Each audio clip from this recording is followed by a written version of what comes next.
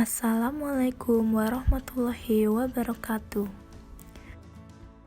Perkenalkan, kami dari kelompok 5 dengan saya, Zian Ayulisa Fajrianti dan rekan saya, Selamat Rahayu, akan mengemukakan materi kita tentang cadangan devisa negara Republik Indonesia di tengah pandemi.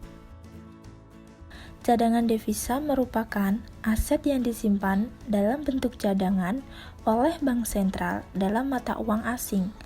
Cadangan ini digunakan untuk mendukung kewajiban dan mempengaruhi kebijakan moneter.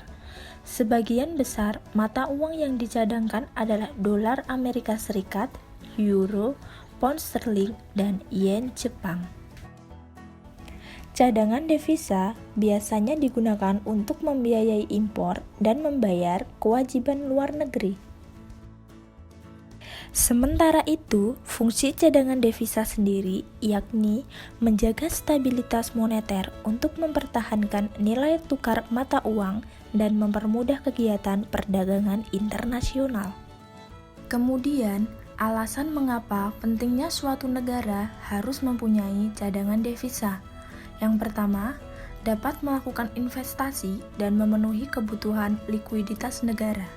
Likuiditas merupakan kemampuan suatu perusahaan dalam memenuhi kewajiban untuk membayar hutang-hutang jangka pendeknya.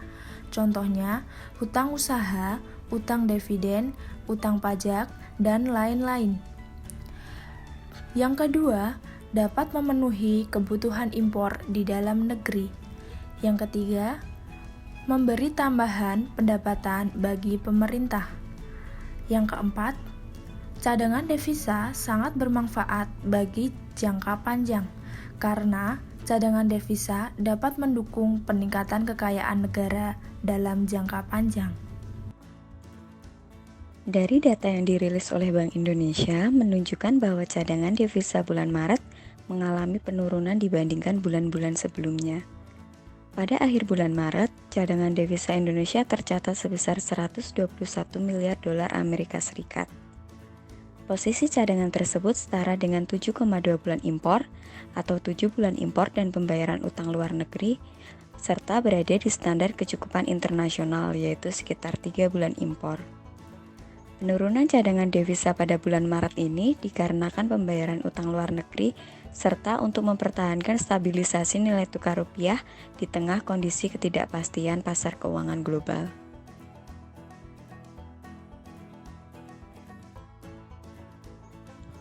Pada bulan April, posisi cadangan devisa Indonesia meningkat menjadi 127,9 miliar dolar Amerika Serikat.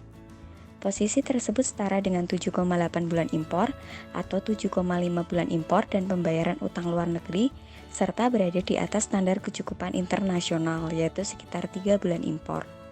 Peningkatan cadangan devisa pada bulan April ini dipengaruhi oleh penerbitan global bond oleh pemerintah.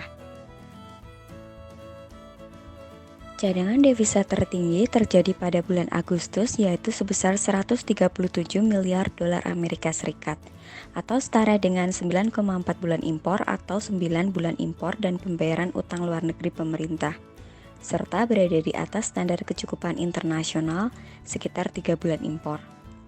Peningkatan pada bulan Agustus ini dipengaruhi oleh penarikan pinjaman luar negeri pemerintah serta penerimaan pajak dan devisa migas. Dari data tersebut, terlihat bahwasannya posisi cadangan devisa Indonesia masih tergolong aman walaupun di tengah meningkatnya kasus COVID-19 di Indonesia. Peningkatan cadangan devisa di tengah pandemi sangat dibutuhkan untuk meningkatkan kepercayaan kepada pelaku pasar keuangan, sehingga dapat mengurangi tekanan pada perekonomian nasional. Selain itu, cadangan devisa negara juga dibutuhkan dalam upaya stabilisasi nilai tukar rupiah dan sistem keuangan. Peningkatan cadangan devisa merupakan cerminan dari upaya pemerintah dalam penerbitan surat berharga serta adanya aliran modal yang masuk ke Indonesia. Aliran modal yang masuk tersebut dikarenakan adanya kepercayaan dari investor asing maupun lokal terhadap perekonomian di Indonesia. Menurut BI, walaupun cadangan devisa Indonesia di tengah pandemi masih tergolong lebih dari cukup, Namun Bank Indonesia juga masih memiliki second line of defense melalui kerjasama bilateral swap dengan beberapa bank sentral lainnya. Second line of defense digunakan oleh Bank Indonesia sebagai upaya untuk menjaga stabilisasi nilai tukar rupiah atau untuk memperkuat nilai tukar. Dalam hal ini, Bank Indonesia melakukan pertukaran mata uang dengan bank sentral di sejumlah negara. Menurut Peri Warjio selaku Gubernur Bank Indonesia, menyatakan bahwa Bank Indonesia tetap melakukan bilateral swap dengan China sebesar 30 miliar dolar Amerika Serikat, Jepang sebesar 22,76 miliar dolar Amerika Serikat, Singapura sebesar 7 miliar dolar Amerika Serikat, dan Korea Selatan sebesar 10 miliar dolar Amerika Serikat. Walaupun cadangan devisa di Indonesia masih cukup tinggi, namun second line of defense ini masih dilakukan karena menurut BI, second line of defense menjadi dasar untuk memulihkan ekonomi di Indonesia di tengah pandemi COVID-19.